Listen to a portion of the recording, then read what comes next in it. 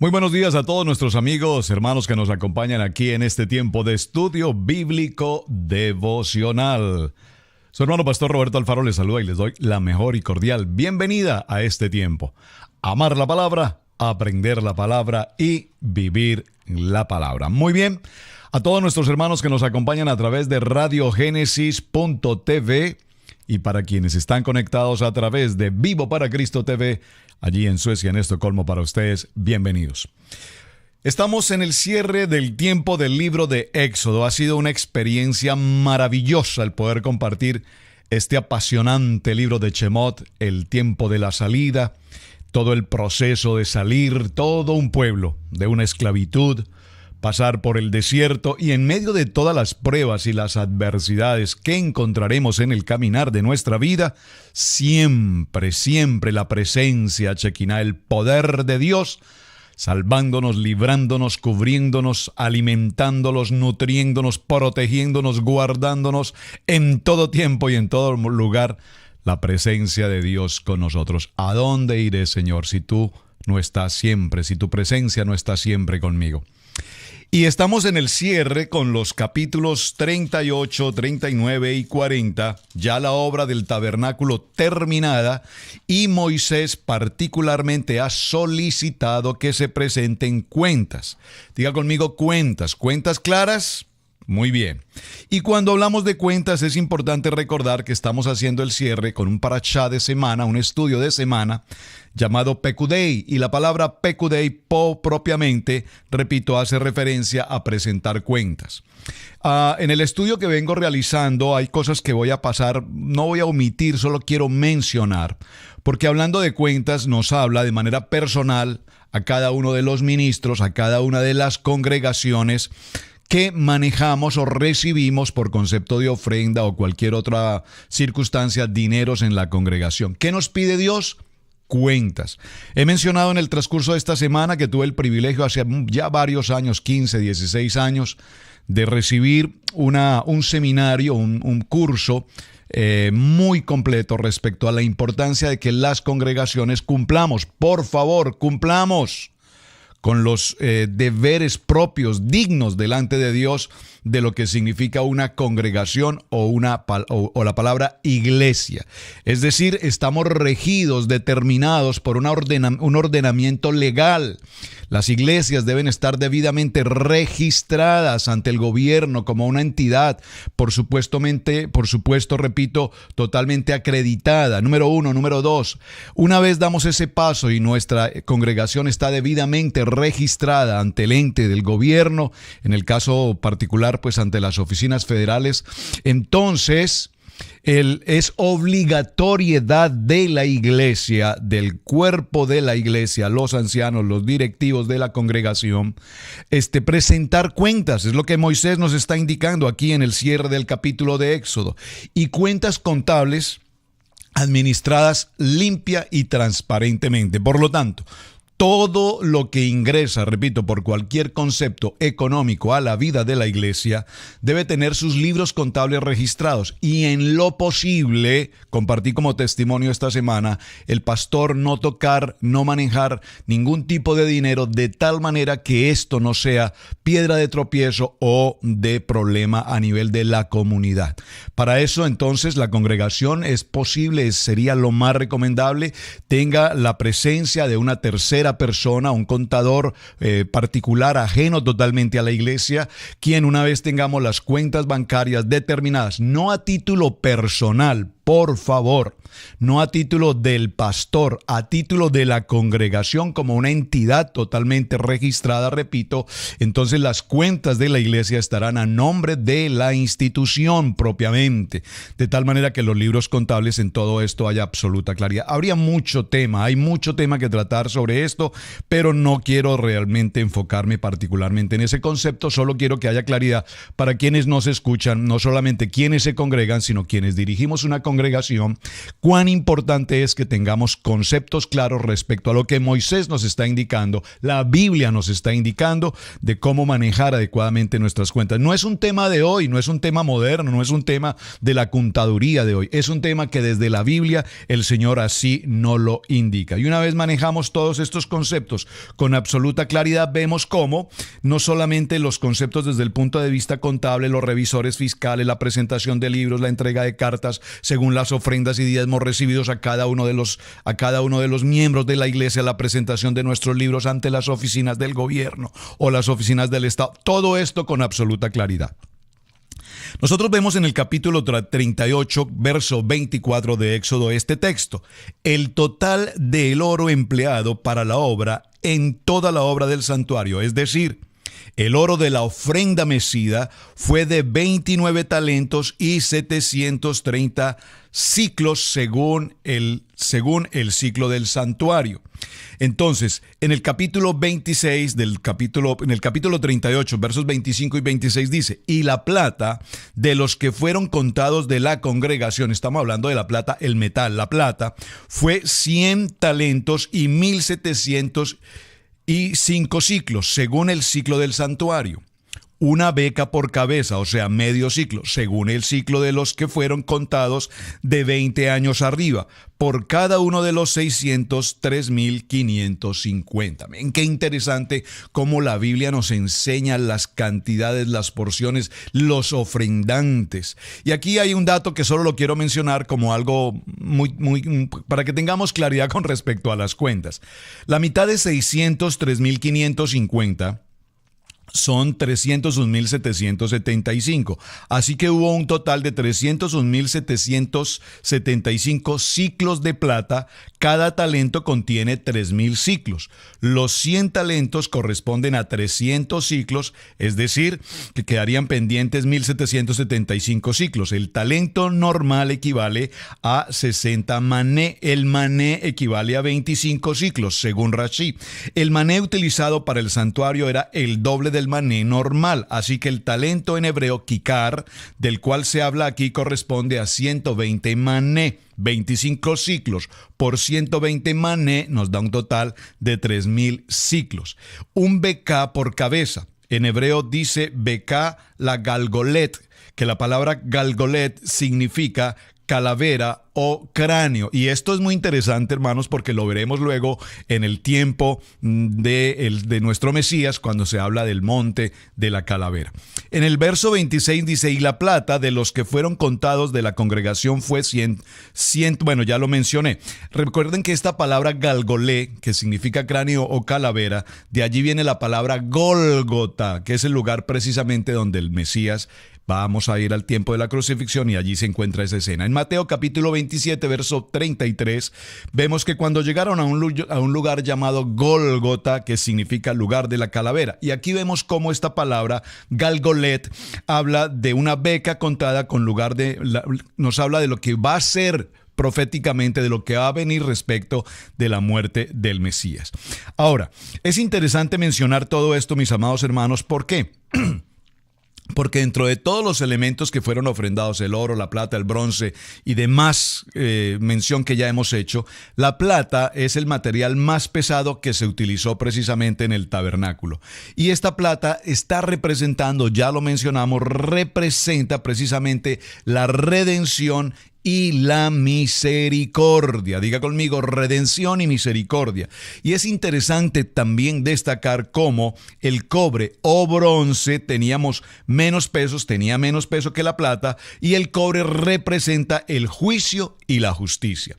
El juicio y la justicia. Miren qué interesante, en estos días hemos venido desarrollando con un grupo de ministros un estudio que tiene que ver precisamente con dos palabras que vamos a estar mencionando con mucha frecuencia: justicia y bondad. justicia y bondad. Y en todos los actos vamos a ver cómo el carácter de Dios evidentemente nos muestra justicia y bondad. Durante todo el texto bíblico veremos justicia y bondad. Recordemos cuando se colocaron aquellos dos ángeles, si me permite usar la palabra, los malak, los querubines sobre la tapa del propiciatorio.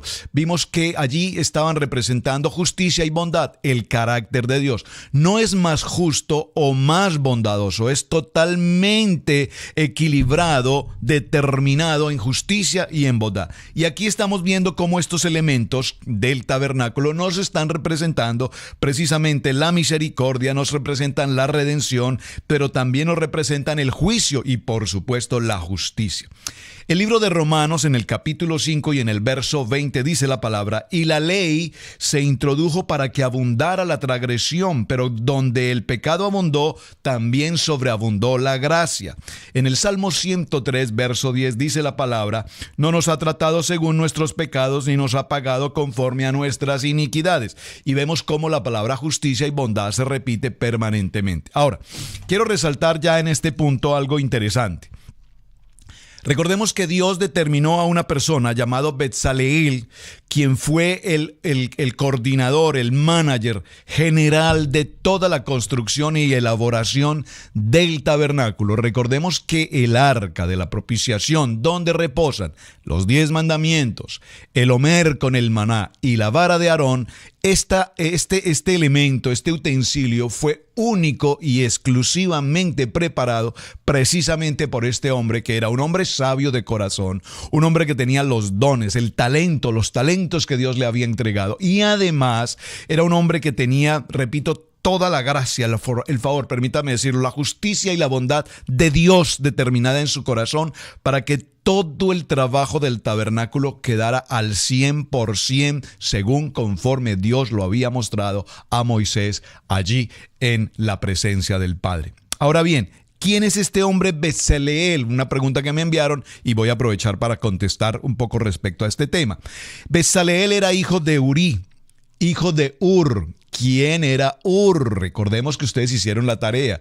¿Quién era Ur? En aquel tiempo recordemos que Moisés, cuando entraron al desierto y vinieron las circunstancias de los amalecitas que los atacaron, recordemos que Moisés estaba sobre la cima de la montaña, Josué con sus hombres estaba enfrentando a aquellos Amalec, y recuerden que mientras estaba Moisés en la montaña, ¿qué sucedía? En uno de sus brazos estaba ¿quién? Aarón, el sumo sacerdote, y en el otro de sus brazos estaba Ur. Este hombre, les dije, ténganlo muy presente porque va a ser extraordinariamente importante para cuando lleguemos al tiempo del cierre de Éxodo. Ur era el hombre encargado de la administración. Ur era el hombre encargado de la coordinación.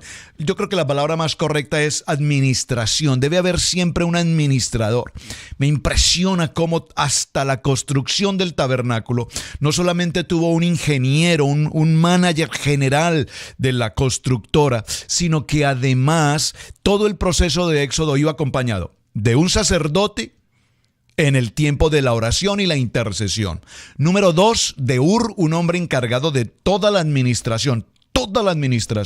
Número 3, un guerrero, un hombre de armas. ¿Quién era? Josué. Y número 4, Moisés, que era precisamente la cara visible, la conexión directa con nuestro Padre. Este hombre, Betzaleel, hijo de Urí, hijo de Ur, de la tribu de Judá, hizo todo lo que el Padre le había mandado precisamente a Moisés. Y en el parashá que estamos desarrollando es importante tener presente cómo precisamente Betzaleel se encarga de rendir cuentas respecto de toda la obra y la construcción del tabernáculo. Y vemos cómo Moisés le ordena que se haga un recuento de todo el material que ha sido utilizado. Cada una de esas ofrendas. Recuerden que llegó un momento en que hubo tanta ofrenda disponible que hubo necesidad de decir no más. Como quisiera escuchar en esos canales de televisión que tenemos hoy recogiendo dineros y dineros y dineros, que dijeran hey, no más, por favor, no den más, es suficiente. Todo lo contrario, dame más, dame más, dame más, dame más, siembren más, pacten más, pacten más, pacten más. Aquí la Biblia nos enseña que hubo un momento en que Betzaleel con toda claridad llamó a Moisés y le dijo: Moisés, es más que suficiente suficiente lo que el pueblo ha dado. Por favor, diles que no ofrenden más, porque su corazón era limpio, no había un corazón de ambición, no había un corazón de enriquecimiento. Todo cuanto se tomaba era única y exclusivamente para la construcción del tabernáculo. Así es que tenemos que entender el concepto ofrenda. El concepto ofrenda no es yo doy 1,000 para que el Señor me envíe 10,000. Doy 10,000 para que el Señor me envíe 1,000,000. No se compran los milagros. No se compran las sanidades.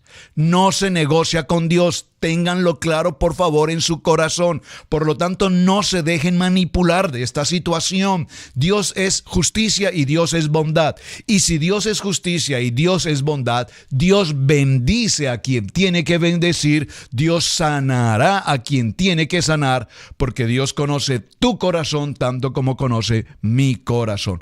Pero a Dios no le compramos los favores. A Dios no le compramos ni la justicia y a Dios no le compramos mucho menos su bondad.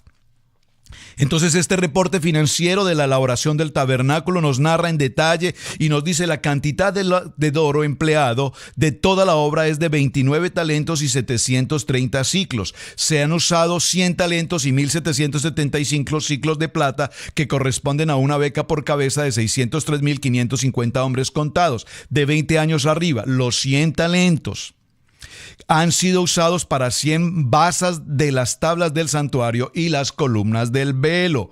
Los 1,775 ciclos se usaron para los ganchos y demás detalles de los pilares del atrio. La contribución del cobre fue de 70 talentos y 2,400 ciclos, con el cual se hicieron las bases de los pilares para la entrada de la tienda y el altar y los utensilios, las bases de los pilares del atrio y su portal de todas las estacas.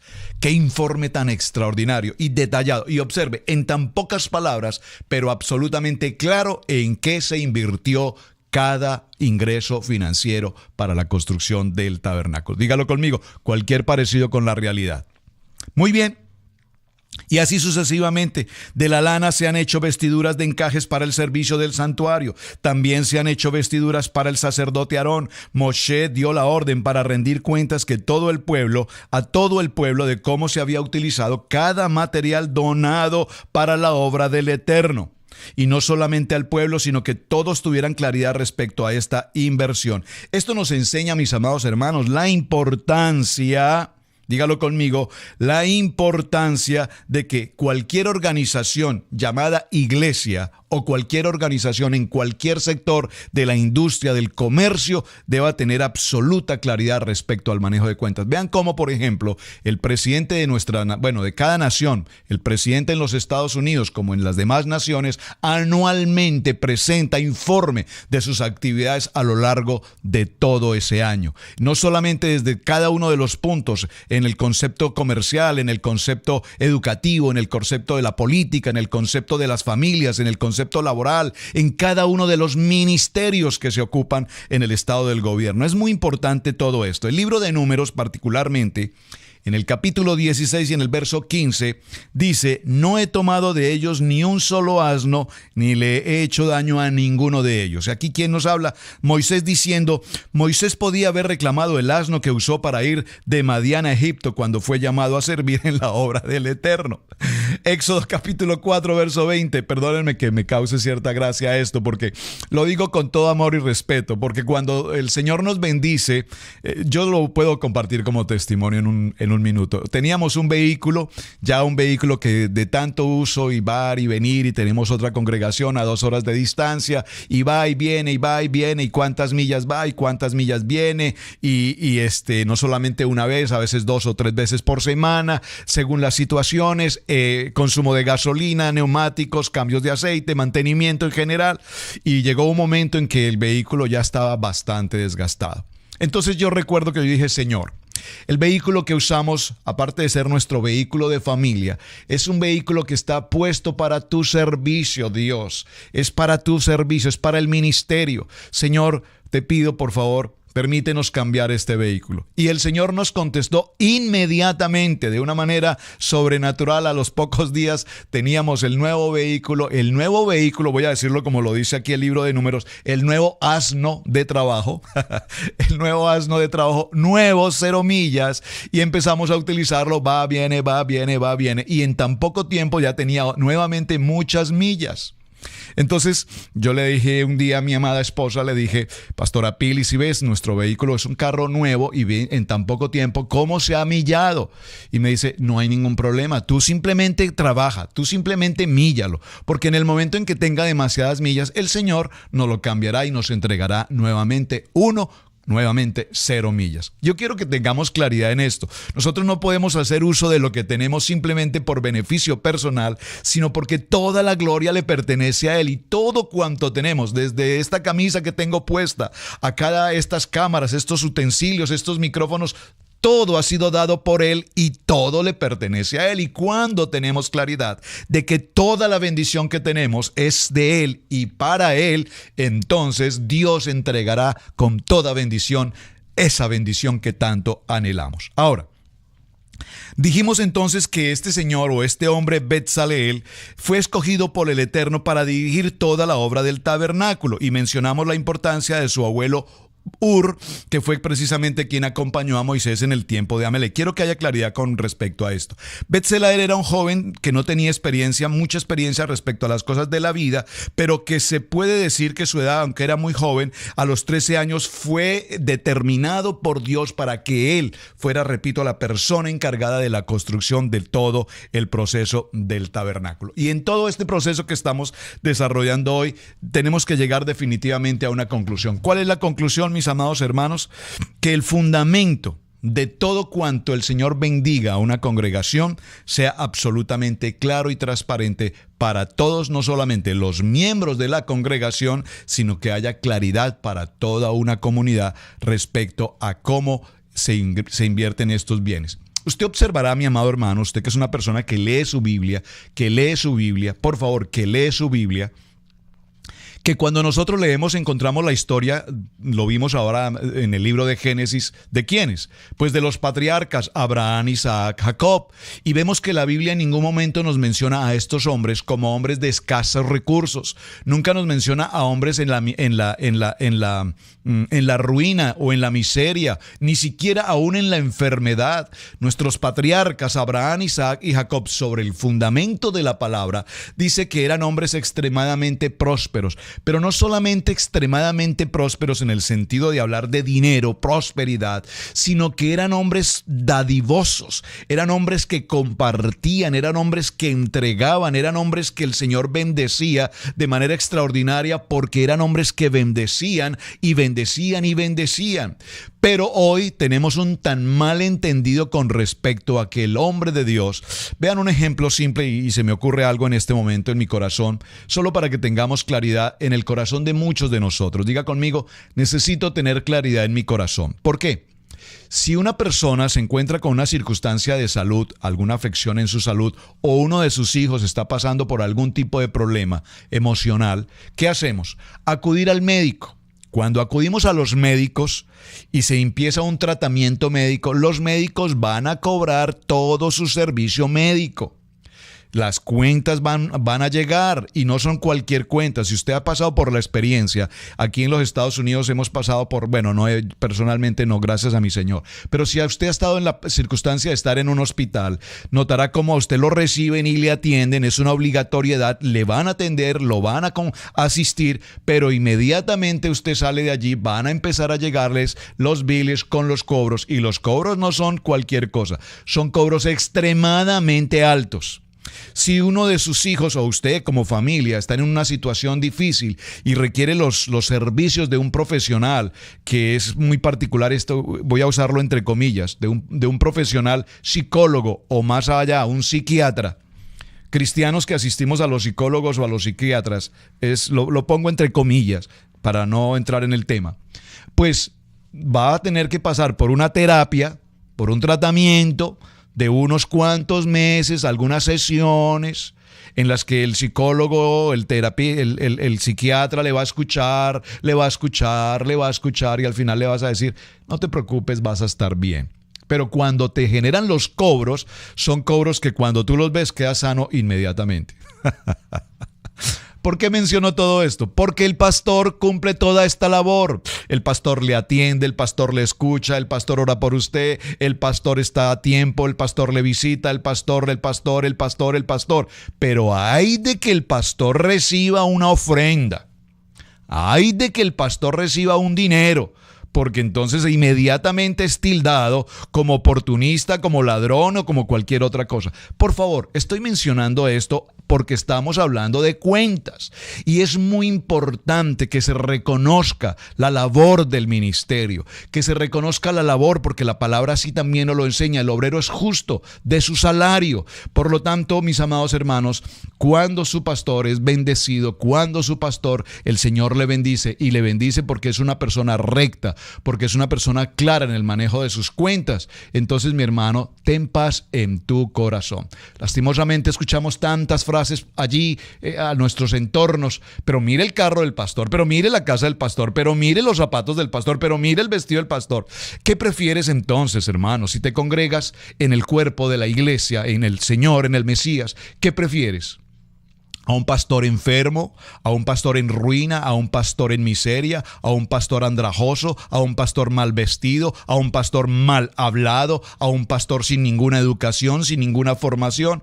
Debemos considerar, según estamos leyendo en nuestro cierre del libro de Éxodo, que para el Señor toda la gloria y toda la bendición, porque todo lo que nos rodea y todo lo que nos hace ser parte de este proceso es bendición, es para bendecir. Así es que la bendición, dígalo conmigo, viene por la obediencia. Hemos tenido que aprender esta frase a lo largo de muchos años y de muchos golpes también. Obedecer, obedecer, obedecer, obedecer.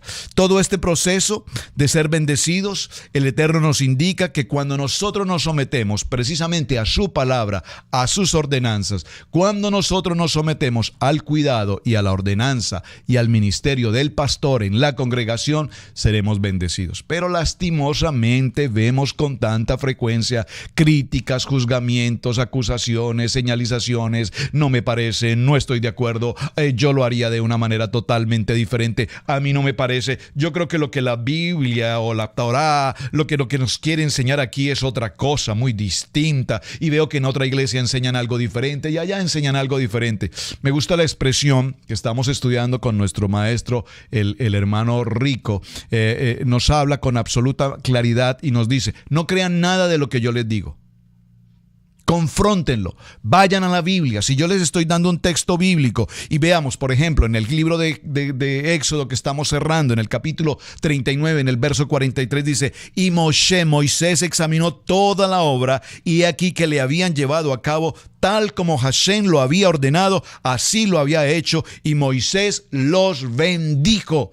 Usted está recibiendo este texto bíblico, yo lo estoy mencionando, capítulo 39 de Éxodo, verso 43, pues mi amado hermano, vaya a su Biblia, lea ese texto bíblico y confróntelo. Lo que el pastor Alfaro está leyendo, sí, es correcto, es bíblico. Yo he recibido mensajes de muchos de ustedes que me envían, pastor, el texto que usted mencionó en mi Biblia no corresponde, y yo he tenido que hacer la corrección. Gracias por escribirme. Realmente sí, leí un verso que no era el verso correspondiente. Mencioné el verso 39, 43 y leí el 44. Gracias por escribirme, porque usted tiene que confirmar. Por eso llamamos estudio bíblico devocional, para que usted conecte con la palabra, aprenda a amar la palabra, aprenda a vivir la palabra, y cuando entendemos todo este proceso, entonces sabemos que estamos desarrollando el proceso. Ahora, ya en el capítulo 40, recuerden que Éxodo tiene 40 capítulos y ¿cuántos versos? Muy bien, apréndanselo de una manera muy rápida. 1, 2, 1, 3, 1213 versículos. Gracias por contestar la tarea. Sumaron, buscaron y encontraron el resultado. Alguien me decía, pastor, me faltan 4 versículos. Hay que buscarlos. Aquí en el capítulo 40 del libro de Éxodo, veamos cómo nos dice en el verso 2, el primer día del mes primero levantarás el tabernáculo de la tienda de reunión. El mes de Abib o mes de Nisan es el mes de redención y también es el inicio del culto del santuario. Véalo por favor en Ezequiel capítulo 45 verso 18, Crónicas 29, 3 y libro de Esdras capítulo 7 verso 3. Verso 9. El tabernáculo fue levantado el 8º día de la inición de los sacerdotes. Ahora, Moisés fue el que levantó el tabernáculo. Tenga presente esta información tan interesante. Fue el que levantó el tabernáculo y de esto aprendemos que el Mesías es el que levanta el templo santo de los creyentes. Por favor, Moshe tuvo el honor, el privilegio de levantar ese tabernáculo por no haber podido hacer ninguna labor en él. Según esta interpretación, ningún hombre había podido levantarlo por causa del peso de los maderos. Moshe pudo hacerlo porque el Eterno hizo un milagro y causó que el tabernáculo se levantara por sí mismo cuando Moshe intentó hacerlo. Libro de Éxodo capítulo 40, verso 18. Cerremos aquí. Moshe levantó el tabernáculo y puso sus basas, colocó sus tablas, metió sus barras y erigió sus columnas. Creo absolutamente en el poder sobrenatural de Dios. Diga conmigo, el emuná. La fe, no la fe racional, no la fe del entendimiento lógico, la fe sobrenatural. A esa fe nos referimos en el emuná en nuestros corazones. Mis amados hermanos, estamos a un día de hacer el cierre final, en nuestro cierre de este apasionante estudio del libro de Éxodo. Yo quiero desde ya agradecer a todos nuestros hermanos. Gracias por acompañarnos. Gracias por sus palabras. Siempre recibo bendiciones de parte de ustedes. Muchísimas gracias por sus inquietudes, por sus preguntas, por sus opiniones. Muchísimas gracias por compartir este video a tantas y tantas y tantas partes del mundo donde nunca jamás pensábamos llegar a tantas naciones. Gracias a su apoyo es la mejor manera como nos pueden apoyar. Visítenos en Radio Génesis 128 en nuestro canal de YouTube. Bendiciones, shalom, un muy buen día. Su hermano Pastor Roberto Alfaro les saluda.